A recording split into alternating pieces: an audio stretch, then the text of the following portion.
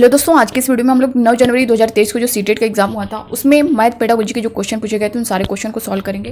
तो बने रहिएगा वीडियो के लास्ट तक बिना स्किप किए। और दोस्तों नए हो चैनल पे सब्सक्राइब कर लीजिएगा, बेल आइकन को प्रेस कर लीजिएगा ताकि सीटेट से रिलेटेड हर अपडेट जो है आपको टाइम पर मिले और हर क्लास जो है आप टाइम से देख सकें। पहला क्वेश्चन आप लोग स्क्रीन पर देख पा रहे होंगे। राष्ट्रीय पाठ्यचर्या रूपरेखा 2005 के अनुसार प्राथमिक स्तर की गणित की कक्षा में परिचर्चा होनी चाहिए। ऑप्शन ए में दिया गया है प्रकृति में उपदेशात्मक, बी दिया गया है केवल कक्षा में सीखी हुई गणितीय अवधारणाओं पर आधारित, सी है संदर्भात्मक एवं बच्चों के जीवन के अनुभव पर आधारित, और डी दिया गया है गणित की दी गई समस्याओं के समाधान पर केंद्रित। तो दोस्तों देखिए, राष्ट्रीय पाठ्यचर्या रूपरेखा 2005 के अनुसार प्राथमिक स्तर की गणित की कक्षा में परिचर्चा संदर्भात्मक एवं बच्चों के जीवन के अनुभव पर आधारित होना चाहिए। ऑप्शन सी में आप देख पा रहे होंगे, ये जो है इसका करेक्ट आंसर होगा। ठीक है, बच्चों के जीवन के अनुभव पर आधारित होना चाहिए। बच्चे जो अनुभव करके चीज़ें सीखते हैं, अपने दैनिक जीवन में जो चीज़ें देखते हैं उससे रिलेट करके जो है चीज़ों को सीखते हैं, तो वो आसानी से उनको समझ में आता है और वो अच्छे से उस चीज़ को समझ पाते हैं। अगला क्वेश्चन देखेंगे, निम्नलिखित में से कौन सी प्राथमिक स्तर पर गणितीय भाषा की सर्वाधिक उपयुक्त विशिष्टताएं हैं? इसमें से कौन सी जो है प्राथमिक स्तर पर गणितीय भाषा की सर्वाधिक उपयुक्त विशिष्टताएं हैं, ये बताना है। ऑप्शन ए में दिया गया है यह अत्यधिक एकाग्रचित, सुस्पष्ट और प्राविधिक होना चाहिए। बी दिया गया है अधिगम को आनंदम बनाने के लिए इसे अस्पष्ट और आम दिनचर्या वाली भाषा की तरह होना चाहिए। सी दिया गया है दैनिक जीवन में बच्चों द्वारा उपयोग की जाने वाली भाषा के माध्यम से इसे प्रचलित करना चाहिए। और डी दिया गया है इसमें गणितीय शब्द संग्रह को बिल्कुल भी सम्मिलित नहीं किया जाना चाहिए। ऑप्शन ए में दिया गया है यह अत्यधिक एकाग्रचित, सुस्पष्ट और प्राविधिक होना चाहिए। नहीं। बी दिया गया है अधिगम को आनंद बनाने के लिए इसे अस्पष्ट और आम दिनचर्या वाली भाषा की तरह होना चाहिए। नहीं। सी है दैनिक जीवन में बच्चों द्वारा उपयोग की जाने वाली भाषा के माध्यम से इसे प्रचलित करना चाहिए। जैसा कि फर्स्ट क्वेश्चन ही आपने देखा होगा, उसमें ही मैंने आप सभी को बताया है कि दैनिक जीवन, दोस्तों ये इंपॉर्टेंट है, पॉजिटिव वर्ड है। यहाँ ये जहाँ भी आएगा आपको इस ऑप्शन पे ध्यान देना है। ऑप्शन सी जो है इसका करेक्ट आंसर होगा। अगला क्वेश्चन आप लोग देख पा रहे होंगे, निम्नलिखित में से प्राथमिक स्तर पर गणित के कक्षाई आकलन के सर्वाधिक उपयुक्त उद्देश्य क्या हैं? ए दिया गया है शिक्षण अधिगम प्रक्रिया को निर्देशित करना एवं मार्गदर्शन देना। बी है शिक्षार्थियों को उनके अधिगम पर विचार करने की अवसर प्रदान करना। सी है शिक्षार्थियों में उनके निष्पादन में सुधार के लिए प्रतिस्पर्धा की भावना विकसित करना। सही विकल्प का चयन कीजिए, इसमें से जो सही है वो बताना है। ठीक है, जैसा कि हमें दिया गया शिक्षण अधिगम प्रक्रिया को निर्देशित करना एवं मार्गदर्शन देना, ये तो होगा। सर्वाधिक उपयुक्त उद्देश्य क्या है ये बताना है। बी में दिया गया है शिक्षार्थियों को उनके अधिगम पर विचार करने के अवसर प्रदान करना, ये भी होगा। सी है शिक्षार्थियों में उनके निष्पादन में सुधार के लिए प्रतिस्पर्धा की भावना विकसित करना, ये नहीं होगा दोस्तों। ए और बी जो है इसका करेक्ट आंसर होगा। ऑप्शन ए में आप देख पा रहे हैं ए और बी दिया हुआ है, तो ऑप्शन ए जो है इसका करेक्ट आंसर हो जाएगा। अगला क्वेश्चन आप लोग देख पा रहे होंगे, निम्नलिखित में से कौन सी संख्या पूर्व अवधारणा नहीं है? इसमें से बताया गया है कि कौन सी संख्या पूर्व अवधारणा नहीं है, जो नहीं है वो बताना है। ठीक है, ऑप्शन ए में दिया गया है मिलान, बी में दिया गया है पदानुक्रमित समावेशन, सी है क्रमबद्ध लगाना, डी है सन्निकटन। इनमें से कौन सी संख्या पूर्व अवधारणा नहीं है ये बताना है। दोस्तों देखिए, संख्या पूर्व अवधारणा ये होता क्या है इसके बारे में अगर जान लें, जैसे गिनती सिखाने से पहले वस्तुओं को वर्गों में बांटना, जैसे लड़कों और लड़कियों को अलग अलग ग्रुप में बांटना, और वस्तुओं को क्रम में रखना, जैसे बड़ा छोटा इससे छोटा, और वस्तुओं को एक एक की संगति रूप से जमाना, जैसे पहले नीला वस्तु, पीला वस्तु, हरा वस्तु, ये सारी चीज़ें, इन चीज़ों को रखना कुछ हद तक बच्चे को आना चाहिए। इसलिए इन क्षमताओं को जो है संख्या पूर्व अवधारणा कहा जाता है, जैसा कि मैंने बताया। और इसमें पूछा क्या गया है कि कौन सी संख्या पूर्व अवधारणा नहीं है, तो आप देख पा रहे होंगे इसमें मिलान होगा, पदानुक्रमित समावेशन होगा, क्रमबद्ध लगाना ये भी होगा, जबकि सन्निकटन नहीं होगा। तो ऑप्शन डी जो है इसका करेक्ट आंसर हो जाएगा। अगला क्वेश्चन देखेंगे, गणित की कक्षा में बच्चे दी गई संख्याओं को निम्नलिखित क्रम में व्यवस्थित कर रहे हैं। 28, 48, 57 और 92 बच्चों द्वारा निम्नलिखित में से कौन सी अवधारणा का उपयोग संख्याओं को व्यवस्थित करने में किया गया है? ऑप्शन ए में दिया गया है समानुपात, बी है स्थानीय मान, सी है पुनः समूहीकरण, और डी दिया गया है सन्निकटन। तो दोस्तों देखिए, इसमें जो है दिए गए प्रश्न में जो है संख्याओं को क्रम में व्यवस्थित करने के लिए जो है स्थानीय मान की अवधारणा का उपयोग किया गया है। संख्याओं के स्थानीय मान की अवधारणा जो क्रमागत है, जबकि आप देख पा रहे होंगे 28, 48, 57, 92, तो ऑप्शन बी जो है इसका करेक्ट आंसर हो जाएगा। ठीक है, स्थानीय मान।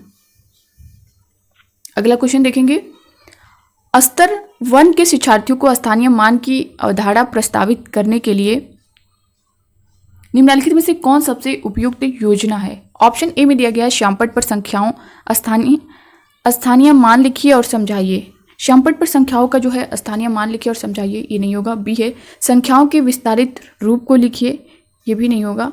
सी दिया गया है हस्त कौशल सामग्री का उपयोग करते हुए 10 को एकक के गट्ठे के रूप में समझाइए। ये जो है दोस्तों ऑप्शन सी वाला जो है ये गट्ठे के रूप में यहाँ पे है, ठीक है, गट्ठे के रूप में समझाइए। तो ऑप्शन सी जो है इसका करेक्ट आंसर हो। अगला क्वेश्चन आप लोग देख पा रहे होंगे, गणित में संप्रेषण एवं महत्वपूर्ण वांछित प्रक्रिया कौशल है। गणितीय संप्रेषण से आप क्या समझते हैं? ऑप्शन ए में दिया गया है इबारती सवालों को शीघ्र तथा सही तरीके से पढ़ने की बच्चों की क्षमता। बी है गणितीय प्रश्नोत्तरी में भाग लेने की बच्चे की क्षमता। सी है गणितीय चिंतन को समेकित, संगठित एवं अभिव्यक्त करने की बच्चे की क्षमता। डी दिया गया है गणितीय निबंध लिखने की बच्चे की क्षमता। जैसा कि क्वेश्चन में दिया गया है कि गणित में संप्रेषण एक महत्वपूर्ण वांछित प्रक्रिया कौशल है, गणितीय संप्रेषण से आप क्या समझते हैं? तो इबारती सवालों को शीघ्र तथा सही तरीके से पढ़ने की बच्चे की क्षमता नहीं। बी है गणितीय प्रश्नोत्तरी में भाग लेने की बच्चे की क्षमता, ये भी नहीं होगा। सी है गणितीय चिंतन को समेकित, संगठित एवं अभिव्यक्त करने की बच्चे की क्षमता। ऑप्शन सी जो है ये इसका करेक्ट आंसर हो जाएगा। अगला क्वेश्चन देखेंगे, जब यहाँ पे दिया गया है 354 प्लस 99 का जोड़ ज्ञात करने के लिए कहा गया, तब प्राथमिक स्तर के विद्यार्थी ने निम्न प्रकार से उसे हल किया। आप यहाँ पे देख पा रहे होंगे 354 plus 99 equal to 354 plus 99 plus 1 minus 1 equal to 354 plus 100 minus 1 equal to 454 minus 1 equal to 453। जोड़ ज्ञात करने के लिए विद्यार्थी द्वारा प्रयुक्त विधि कार्यान्विति कहलाती है। ऑप्शन ए में दिया गया है विस्थापन, बी है योजन व्यवकलन, सी है प्रतिकरण, डी है वितरण या फिर विभाजन। तो दोस्तों देखिए इसका जो है प्रतिकरण जो है ऑप्शन सी वाला है, ये करेक्ट आंसर हो जाएगा। ये जो है एक बहुअंकीय जोड़े के लिए एक मानसिक गणितीय रणनीति है जिसमें संख्याओं के जोड़ या घटाव को आसान बनाने के लिए कुछ संख्या जोड़ देते हैं फिर घटा देते हैं, जैसा कि इसमें दिया गया है। तो प्रतिकरण जो है इसका करेक्ट आंसर होगा। अगला क्वेश्चन देखेंगे, निम्नलिखित में से कौन सा गणित के संबंध में सही नहीं है? इसमें से कौन सा गणित के संबंध में सही नहीं है वो बताना है। ऑप्शन ए में दिया गया विभिन्न गणितीय तथ्यों को प्रमाणित करने के लिए यह अनुभवजन्य अनुभव सिद्ध साक्ष्यों पर आधारित है। बी है यह निगमनात्मक विवेचन पर आधारित है। सी है यह एक सूचनात्मक विषय क्षेत्र है और इसका सौंदर्यपरक मूल्य है। डी दिया गया इसे तर्क द्वारा वैधीकृत अभिपुष्ट किया जाता है। तो दोस्तों देखिए यहाँ पे दिया गया है कि गणित के संबंध में कौन सा सही नहीं है। तो ये जो पहला आप देख पा रहे होंगे विभिन्न गणितीय तथ्यों को प्रमाणित करने के लिए यह अनुभवजन्य अनुभव सिद्ध साक्ष्यों पर आधारित है। ऑप्शन ए जो है करेक्ट होगा, इसमें जो सही नहीं है वही बताना है, ठीक है। अगला क्वेश्चन हम लोग देखेंगे, राष्ट्रीय शिक्षा नीति 2020 यानी NEP 2020 के अंतर्गत भारतीय शिक्षा मंत्रालय द्वारा निपुण भारत योजना की शुरुआत की गई थी, जो प्रत्येक छात्र में आधारभूत संख्यात्मकता एवं साक्षरता को सुनिश्चित करती है। निपुण भारत का पूरा नाम है। दोस्तों देखिए यहाँ से ना कुछ जो है टाइपिंग में मिस्टेक हो जाता है, तो उसके लिए सॉरी। आप उस पर जो है ज़्यादा जहाँ पे गलती रहती है मैं बता देती हूँ। कुछ जो है वर्ड जो है टाइपिंग में छूट जाते हैं या फिर इधर उधर हो जाते हैं, तो जहाँ पे मिस्टेक होता है मैं आप सभी से बता देती हूँ कि हाँ आप लोग ये जो है करेक्ट कर लीजिएगा। तो उसके लिए सॉरी, बाकी जो है मैं ध्यान दूंगी उस पर। ऑप्शन ए में दिया गया है national initiative for proficiency in reading with understanding and numeracy. B दिया है national initiative for proficiency in writing with understanding and numeracy. C दिया गया national initiative for perfection in understanding and numeracy. D दिया गया national initiative for improved pedagogy understanding and numeracy. दोस्तों देखिए question repeat हुआ है, इससे पहले भी मैं इसको सॉल्व करवा चुकी हूँ। तो इसका जो करेक्ट आंसर होगा वो होगा, यहाँ पे आप देख पा रहे होंगे ऑप्शन जो है ए वाला जो दिया गया है national initiative for proficiency in reading with understanding and numeracy, ये जो है इसका करेक्ट आंसर होगा। इसका निपुण भारत का पूरा नाम जो है यहाँ पे पूछा गया है। अगला क्वेश्चन देखेंगे, NCERT की कक्षा और कक्षा की पाठ्य पुस्तकों ऐसे पाठ हैं जो कि बच्चे की दैनिक गतिविधियों को सूचीबद्ध करने पर, सप्ताह के दिनों पर, महीने के दिनों पर, मौसम के परिवर्तन आदि पर आधारित हैं। ऐसे पाठ ऑप्शन ए में दिया गया है गणित की कक्षा में से किसी अर्थ की संप्रेषित नहीं करते, ये नहीं होगा। बी है गणित की पाठ्यपुस्तक को रंग बिरंगा एवं आनंददायक बनाते हैं, नहीं। सी है विद्यार्थियों को मापन की मानक इकाइयों को सीखने में सहयोग करते हैं, ये भी नहीं होगा। विद्यार्थियों को समय की अवधारणा को संदर्भात्मक रूप से सीखने में सहयोग करते हैं। ऑप्शन डी दोस्तों जो है इसका करेक्ट आंसर होगा। अगला क्वेश्चन आप लोग देख पा रहे हो कि निम्नलिखित में से कौन सा गणित में सृजनात्मक चिंतन के विकास के लिए मुख्य प्रक्रमों का एक भाग है। ए दिया गया है पैटर्न तथा संबंधों को पहचानना, बी है परिकल्पनाएं बनाना, सी है दिए गए सूत्र का उपयोग कर समस्याओं का समाधान करना।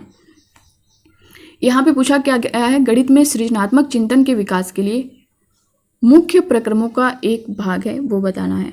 ए दिया गया पैटर्न तथा संबंधों को पहचानना, ये होगा। बी दिया गया परिकल्पनाएं बनाना, ये भी होगा। दिए गए सूत्र का उपयोग कर समस्याओं का समाधान करना, ये नहीं होगा। ए और बी जो है इसका करेक्ट आंसर होगा। ठीक है, यहाँ पे सृजनात्मक चिंतन की बात की गई है। तो दोस्तों सृजनात्मक चिंतन का आशय होता है मस्तिष्क उद्वेलन की उस प्रक्रिया से होता है जिसमें किसी एक विषय पर जो है अनेक प्रकार के विचार उत्पन्न हो सकते हैं, नए नए विचार जो है उत्पन्न किए जा सकते हैं। तो ये सृजनात्मक चिंतन से यही तात्पर्य होता है और यहाँ से क्वेश्चन इस टॉपिक से एक आता ही है। अगला क्वेश्चन आप लोग देख पा रहे होंगे, राष्ट्रीय पाठ्यचर्या रूपरेखा 2005 के अनुसार प्राथमिक स्तर के बच्चों में गणित के प्रति रुचि एवं एक सकारात्मक दृष्टिकोण का विकास करने का सबसे उपयुक्त मार्ग है। ऑप्शन ए में दिया गया है गणित के अधिगम हेतु संज्ञानात्मक कौशलों में वृद्धि के लिए अवसर प्रदान करना, बी दिया गया है गणित एवं बच्चों के जीवन के अनुभव में गणितीय खेलों, पहेलियों और कहानियों का उपयोग कर संबंध बनाना, सी है अभिक्षमता स्केल का उपयोग कर बच्चों का परिणाम जानना एवं उपचारिक विधियां प्रदान करना, डी है दैनिक जीवन में गणित के महत्व पर विशेषज्ञों द्वारा सूत्रों का निरंतर आयोजन करना। यहाँ पे क्वेश्चन में दिया गया राष्ट्रीय पाठ्यचर्या रूपरेखा 2005 के अनुसार प्राथमिक स्तर के बच्चों को गणित के प्रति रुचि एवं सकारात्मक दृष्टिकोण का विकास करने का सबसे उपयुक्त मार्ग है। तो गणित के अधिगम हेतु संज्ञानात्मक कौशलों में वृद्धि के लिए अवसर प्रदान करना, ये नहीं होगा। बी दिया है गणित एवं बच्चों के जीवन के अनुभवों को गणितीय खेलों, पहेलियों और कहानियों का उपयोग कर संबंध बनाना। ऑप्शन बी जो है इसका करेक्ट आंसर हो जाएगा। अगला क्वेश्चन आप लोग देख पा रहे होंगे, जब किसी बच्चे को 12 × 25 का हल निकालने के लिए कहा गया तब उसने निम्नलिखित विधि अपनाई। 12 × 25 = 3 × 4 × 25 = 3 × 100 × 300।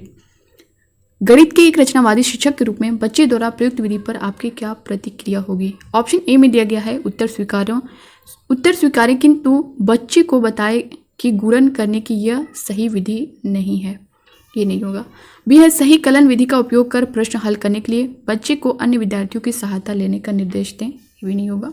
सी है बच्चे की सराहना करें और अन्य विद्यार्थियों को भी प्रश्न हल करने के लिए विभिन्न तरीकों, ये दोस्तों विभिन्न है, विभिन्न तरीकों को ढूंढने के लिए कहें, ये जो है सबसे बेस्ट आंसर होगा। इसका ऑप्शन सी जो है करेक्ट हो जाएगा। अगला क्वेश्चन आप लोग देख पा रहे होंगे और आज का लास्ट क्वेश्चन, निम्नलिखित कथनों में से कौन सा कथन वैन हेले के ज्यामितीय चिंतन के सिद्धांत में स्तरों की न्यून रूप से संभावनीय विशिष्टता है। यहाँ पे न्यून की बात की गई है दोस्तों, ठीक है, न्यून रूप से संभावनीय विशिष्टता है। ऑप्शन ए में दिया गया वे आयु पर निर्भर है, बी है ये अनुक्रमिक है, सी है ये अनुभव निर्भर है, डी है ये विकासात्मक है। तो सबसे जो है न्यून रूप से संभावनीय विशिष्टता की बात की गई तो दोस्तों ये होगा वे आयु पर निर्भर है। ऑप्शन ए जो है इसका करेक्ट आंसर हो जाएगा। ठीक है, वैन हेले के ज्यामितीय चिंतन सिद्धांत के स्तर पर आयु पर आधारित नहीं है। इनके चिंतनीय स्तर जो है विकासात्मक, अनुक्रमिक और अनुभव पर निर्भर हैं। इनके चिंतनीय स्तर को एक सतत एवं क्रमिक तथा अनुभव के आधार पर सीख सकते हैं। इनके स्तर ज्यामिति में मूर्त से अमूर्त चिंतन की ओर चलते हैं। तो ये जो है आयु पर निर्भर नहीं होगा, ऑप्शन ए जो है इसका करेक्ट हो जाएगा। ठीक है, तो दोस्तों ये थे 9 जनवरी 2023 को पूछे गए मैथ पेडागोजी के क्वेश्चन जिसे हम लोग सॉल्व कर चुके हैं। नेक्स्ट वीडियो में अगले शिफ्ट का पेपर सॉल्व करेंगे। तो बस इस वीडियो में इतना ही, मिलते हैं नेक्स्ट वीडियो में, तब तक के लिए bye bye, take care, thank you.